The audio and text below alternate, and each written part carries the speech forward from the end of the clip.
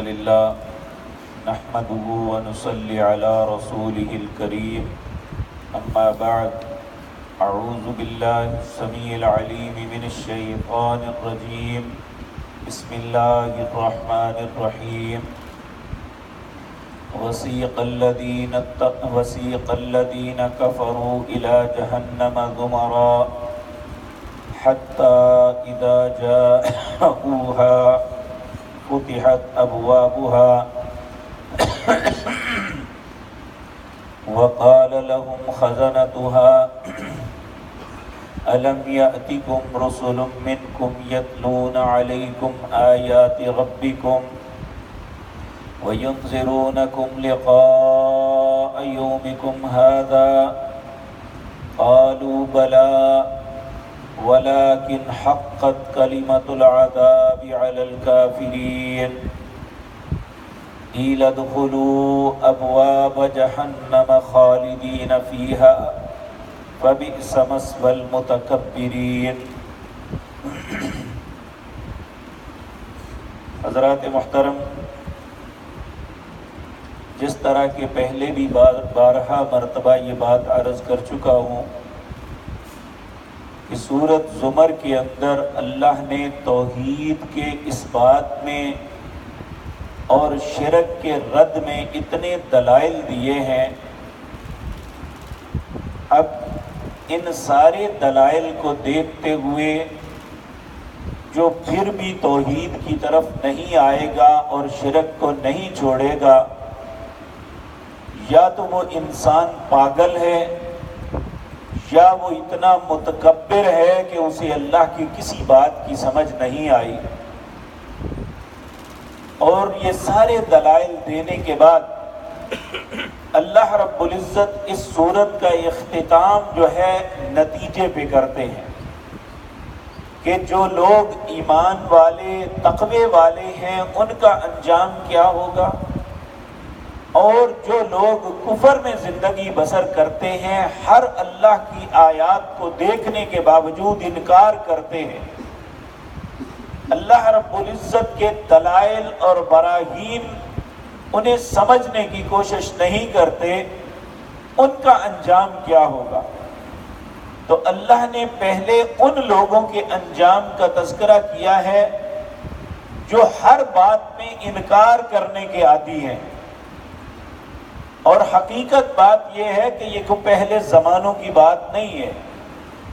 آج بھی بے شمار ایسے لوگ جو اپنے آپ کو مسلمان کہتے ہیں، ان کے سامنے اللہ اور اس کے رسول صلی اللہ علیہ وسلم کا کوئی حکم رکھا جائے تو وہ بڑی بے شرمی سے یہ بات کہتے ہیں، اپنے مسئلے سنبھال کے رکھو، سانو پتہ ہے اسی کس طرح جینا ہے۔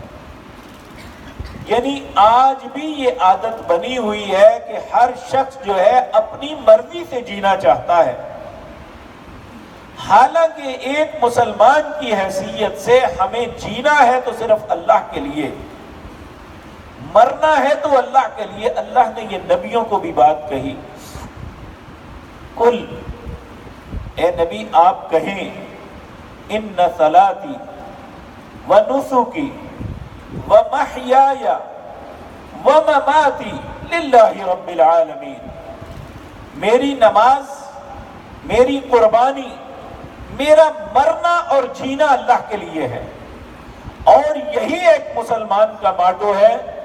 اس کے علاوہ مسلمان کے لیے کوئی دوسرا رستہ نہیں ہے۔ اگر ہم اپنی نماز دوسرے کے لیے پڑھتے ہیں، اگر قربانی دوسرے کے لیے کرتے ہیں، اگر ہم جینا یا مرنا دوسرے کے لیے کرتے ہیں، تو یاد رکھیں ہم نے اپنی بربادی پہ خود دستخط کر دی ہے۔ ہماری نماز نماز نہیں، ہماری قربانی قربانی نہیں۔ وہی جانور جس کا خون گرے انسان کے سارے گناہ معاف ہو جاتے ہیں، جس کے لیے جنت میں مقام بن جاتا ہے، وہی جانور اگر اللہ کے علاوہ غیر کے لیے کیا جائے تو اس کا گوشت خنزیر کی طرح حرام ہو جاتا ہے۔ یہ ساری باتیں دلائل ہیں جو بے شمار لوگوں کی سمجھ نہیں آتی۔ تو ایسے لوگوں کا انجام اللہ تذکرہ کرتے ہیں اللہ کہتے ہیں وسیق الذین کفروا، سیق کہتے ہیں کہ چرواہا اپنے جانوروں کو غصے میں جب ہانکتا ہے تو کبھی ادھر مارتا ہے کبھی ادھر سے مارتا ہے کہ تاکہ یہ تیزی کے ساتھ چلے. تو کہا وسیق الذین کفروا، ہانکا جائے گا ان لوگوں کو جنہوں نے کفر کیا، ان کی اہانت اور ذلت کے لیے مار مار کے لے کے جائیں گے. کہا الی جہنم زمرا، جہنم کی طرف گروہ گروہ لے کے جائیں گے. زمرا گروہ بنا کے، کیا مطلب؟ چوروں کا الگ گروہ، رشوت خوروں کا الگ گروہ، زانیوں کا الگ گروہ، مشرکوں کا الگ گروہ، یہ سارے الگ الگ کیے جائیں گے اور ہر شخص اپنی خباثتوں کی وجہ سے اس گروہ میں شامل ہوگا جو وہ اپنی زندگی میں کرتا رہا. العیاذ باللہ، اللہ ہم سب کو اپنی پناہ میں رکھے. کہا گروہ گروہ بنا کے لے جایا جائے گا. حتی اذا جاؤہا فتحت ابوابہا، جب وہ جہنم کے دروازے پہ پہنچیں گے، جہنم کا دروازہ ان کے لیے کھولا جائے گا.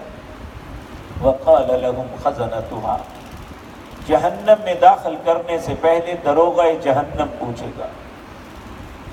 خزنتها، دروغہ جہنم پوچھے گا الم یاتکم رسل منکم، کیا تم میں کوئی رسول نہیں آیا تھا؟